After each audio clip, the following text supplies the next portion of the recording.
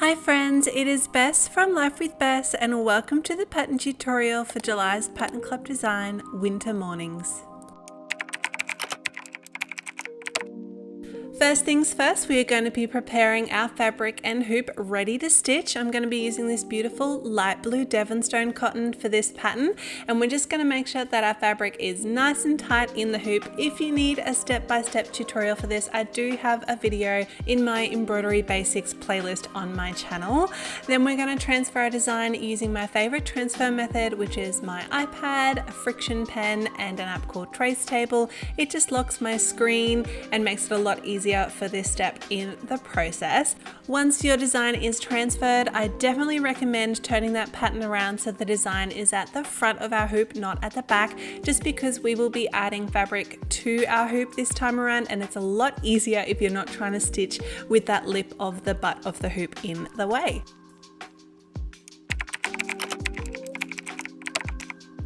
Now the applique patchwork quilt is a little bit tricky, so I have included two other variations that you can pick according to what your skill level is and how confident you feel. There will be this one where you're just going to use one swatch of fabric to make the applique quilt, or for beginners where you're just dipping your toes in the waters, you can do this hand-stitched quilt instead.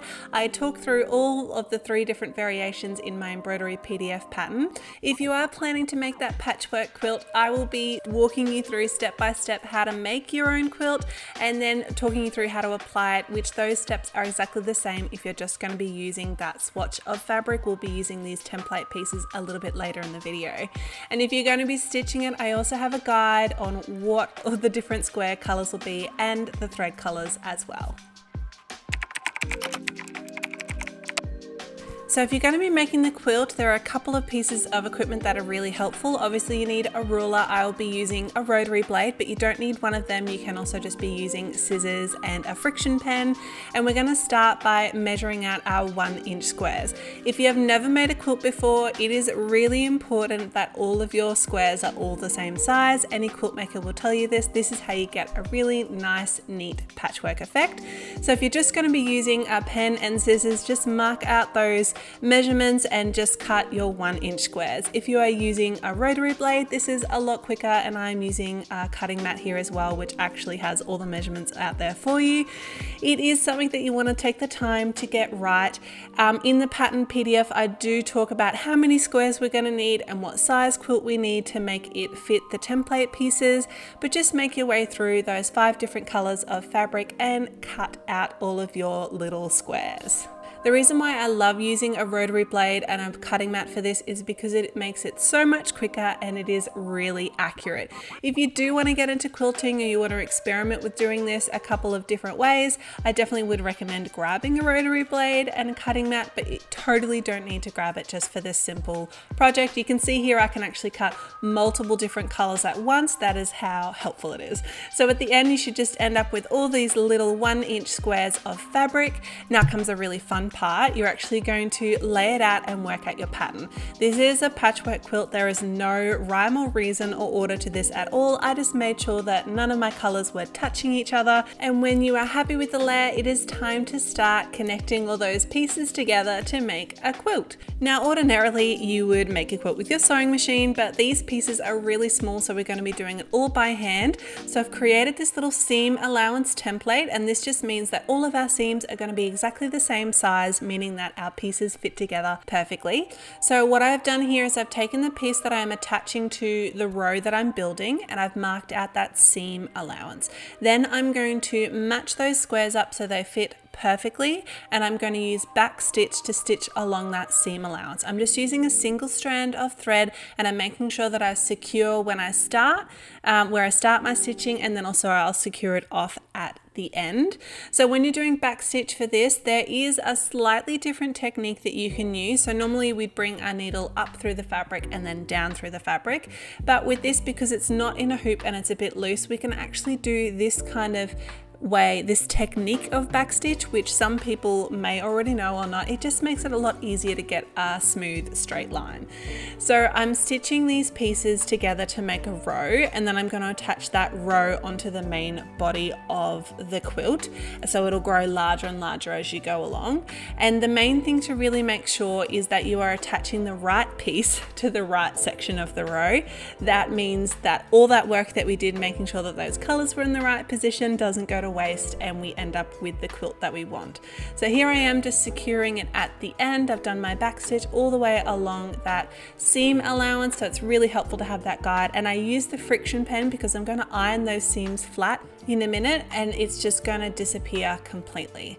So here I am just trimming the ends off my piece, and then you open it up and this is what it should look like. Here I am using my trusty hair straightener to get those seams nice and flat. And you can see as I hold it up to the piece of the quilt that I'm already building, it's starting to really take shape. So what we would do from there is we'd measure out the seam allowance on the yellow attached to the beige, and then measure out the seam allowance to the pink attached to the yellow, and then you would continue that along. Once you've completed that row, we're going to then attach it to the rest of the quilt. So when you're starting out the quilt, you just make 2 rows and then you connect them together. Make sure you're going to be putting them right side together so the seams are on the outside, and we're going to again measure our seam allowance, because now we don't want all of that time that we've spent to make sure those seams are even to go to waste and then it all being wonky. When you are lining it up, I like to pin it in place just so that I know that where those pieces of fabric match up, that they join on the 2 rows, if that makes sense. And then we're going to do backstitch along this section as well, using exactly the same technique. And once you are finished, you open it up and voila, you can see that it is matches up. It doesn't always, but that's okay. It is a patchwork quilt. It doesn't need to be perfect. So that is my first 3 rows done. I'm going to start working on the 4th row, and then I will end up with something that will look a little bit like this. We're now ready to cut out our quilt pieces for the hoop.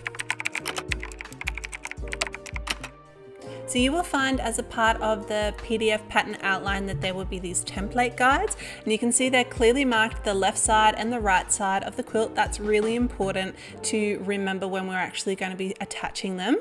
So I've got my quilt that's made here. This step is the same if you're doing the patchwork quilt like this, or if you're just using plain swatches of fabric. You're going to mark out the size of our pieces, and then you're just going to cut them out with a pair of fabric scissors. If your patchwork quilt is a little bit too small for your pieces, that is okay, because I have been very generous with these templates to make sure that we had enough to go around the corners. And then I just ironed it flat and removed the friction pen markings, and then I went in with a pair of embroidery scissors and then just trimmed off the seam edges at an angle along the edge. It is time to now attach our fabric onto the hoop to make this quilt come to life. So we're going to start with this left-hand side and actually secure the outside edges first. So then when we fold it over, we get a really nice outside edge. So using a single strand of thread, we're just going to do some straight stitches at the very top. So at our 2 peaks, kind of at the top matching. And then we're going to just angle our fabric around to the side and secure it with some straight stitches, probably about a couple of millimeters apart, all the way down the outside edge. Now we want the fabric to actually follow the curve of the quilt so that we have that nice kind of flowing effect. So you're just going to need to fiddle a little bit and tweak with it a little bit and make sure that it does follow along that line. Just keep checking that you are catching enough fabric from the quilt onto the fabric of the hoop. We don't want to then turn it over and then it have gaps in it. Once we've made our way all the way down to that bottom corner, we're actually going to fiddle a little bit to make that fabric follow that curve around that outside. This just makes it a lot easier when it comes time to fold over our fabric, our quilt at the bottom. So it's just a little bit of fiddling. We're still using our straight stitches, and we're just going to kind of just tweak that fabric to go around the corner so that it creates a really nice clean edge. It doesn't need to be perfect, and hey, the first time you do it, it might be a little bit crooked, and that's totally fine. There is a lot of room for forgiveness in this piece. That's what I love about it. Each one of them should be completely different according to the fabric that you used, where the seams were in your patchwork quilt, and so many other things. Once you've done that outside edge and corner, it's time to go back up near the side of her face. So we're just going to use our needle to fold that quilt under, and this time we're going to use some tacking stitches from the underneath side of the fabric. So we don't want these stitches to show up on the outside of our fabric, so we're just going to catch the fabric underneath where it's folded and then secure it into the fabric. We only need to do this down to where her hands are drawn on the pattern outline, because then we're going to move to the bottom and secure the underneath side as well. So it is a little bit of fiddling, but you will find you don't need as many stitches when we're getting to this point. So you can see how you can't really see my stitches at all. So we're going to do exactly the same thing along the bottom. We're just going to roll that fabric underneath and just try and follow the pattern outline as much as we can. So I'm just bringing my needle up underneath where the fabric is and kind of catching a bit of the fabric from the quilt and then bringing it back down through the fabric just to really hold it in place. I found I only really need to stitch about every 3 to 4 centimeters because it does hold really easily and nicely.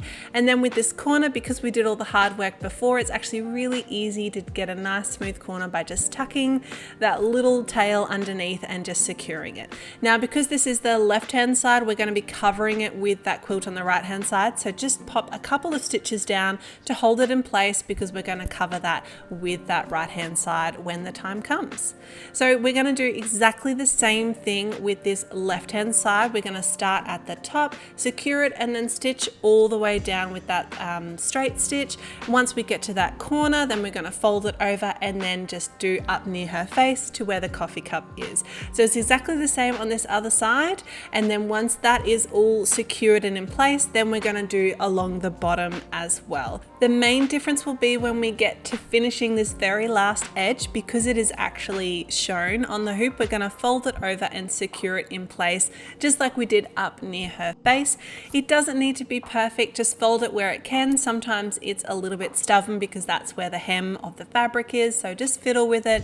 You can pin it in place if you need to while you're stitching. Once all of those edges are secure and in place, it is time to just come in and secure the body of the quilt.